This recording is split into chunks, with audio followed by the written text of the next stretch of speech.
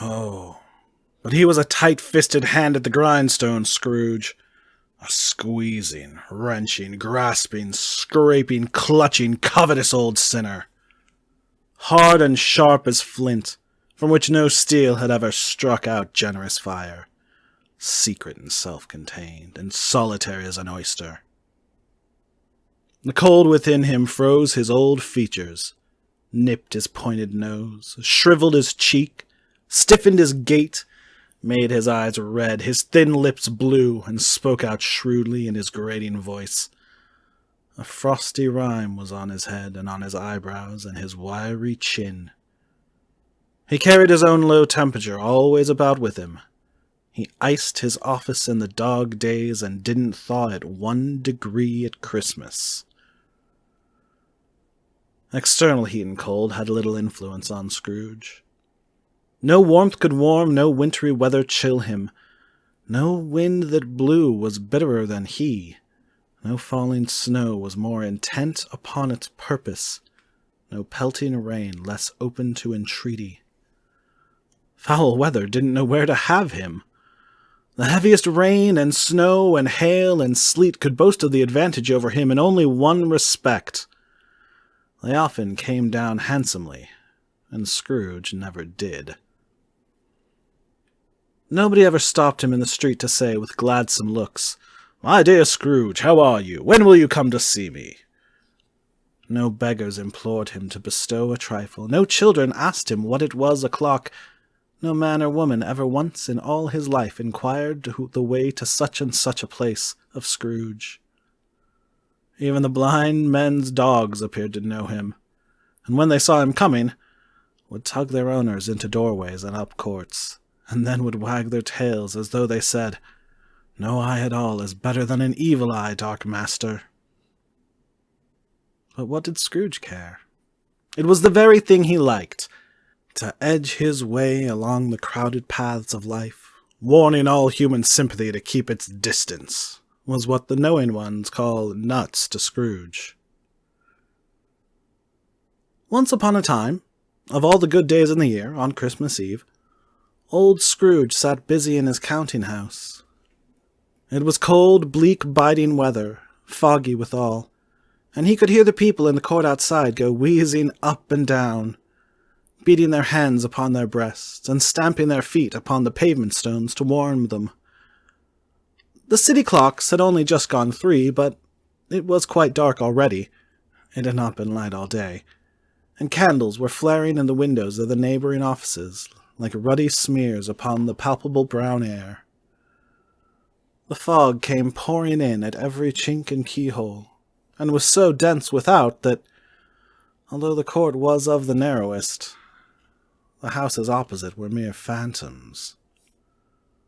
To see the dingy cloud come drooping down, obscuring everything, one might have thought that nature lived hard by, and was brewing on a large scale. The door of Scrooge's counting-house was open, that he might keep his eye upon his clerk, who, in a dismal little cell beyond, a sort of tank, was copying letters. Scrooge had a very small fire, but the clerk's fire was so very much smaller that it looked like one coal. But he couldn't replenish it, for Scrooge kept the coal box in his own room, and so surely as the clerk came in with the shovel, the master predicted that it would be necessary for them to part. Wherefore the clerk put on his white comforter and tried to warm himself at the candle, in which effort, not being a man of strong imagination, he failed. "A Merry Christmas, Uncle! God save you!" cried a cheerful voice. It was the voice of Scrooge's nephew, who came upon him so quickly that this was the first intimation he had of his approach. "Bah!" Scrooge said. "Humbug!" He had so heated himself with rapid walking in the fog and frost, this nephew of Scrooge's, that he was all in a glow. His face was ruddy and handsome, his eyes sparkled, and his breath smoked again. "Christmas a humbug, uncle!" said Scrooge's nephew. "You don't mean that, I'm sure." "I do," said Scrooge. Merry Christmas. What right have you to be merry? What reason have you to be merry? You're poor enough. Come then, returned the nephew gaily. What right have you to be dismal? What reason have you to be morose? You're rich enough. Scrooge, having no better answer ready on the spur of the moment, said, Bah, again, and followed it up with, Humbug. Don't be cross, uncle. What else can I be, returned the uncle, when I live in such a world of fools as this? Merry Christmas. Out upon Merry Christmas. What's Christmas time to you but a time for paying bills without money? A time for finding yourself a year older and not an hour richer. A time for balancing your books and having every item in 'em through a round dozen of months presented dead against you. If I could work my will, said Scrooge indignantly, every idiot who goes about with Merry Christmas on his lips should be boiled in his own pudding, and buried with a stake of holly through his heart. He should. Uncle, pleaded the nephew. Nephew, returned the uncle sternly, keep Christmas in your own way, and let me keep it in mine. Keep it? Repeated Scrooge's nephew. But you don't keep it. Let me leave it alone, then, said Scrooge. Much good may it do you. Much good has it ever done you. There are many things from which I might have derived good, by which I have not profited, I dare say, returned the nephew. Christmas among the rest. But I am sure I have always thought of Christmas time, when it has come around, apart from the veneration due to its sacred name and origin, if anything belonging to it can be apart from that, as a good time.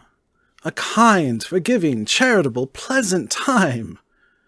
The only time I know of in the long calendar of the year when men and women seem by one consent to open their shut-up hearts freely, and to think of people below them as if they really were fellow passengers to the grave, and not another race of creatures bound on other journeys.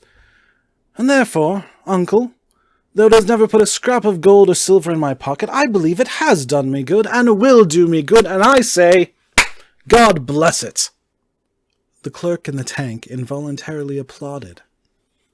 Becoming immediately sensible of the impropriety, he poked the fire, and extinguished the last frail spark forever. Let me hear another sound from you, said Scrooge, and you'll keep your Christmas by losing your situation. You're quite a powerful speaker, sir, he added, turning to his nephew. I wonder you don't go into Parliament. Don't be angry, uncle. Come, dine with us tomorrow. Scrooge said that he would see him. Yes, indeed, he did. He went the whole length of the expression, and said that he would see him in that extremity first. But why? Cried Scrooge's nephew. Why? Why did you get married? Said Scrooge. Because I fell in love. Because you fell in love, growled Scrooge, as if that were the only one thing in the world more ridiculous than a Merry Christmas. Good afternoon. Nay, uncle, but you never came to see me before that happened.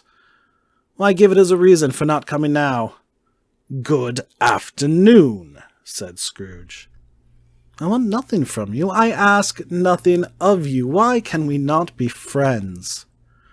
Good afternoon, said Scrooge.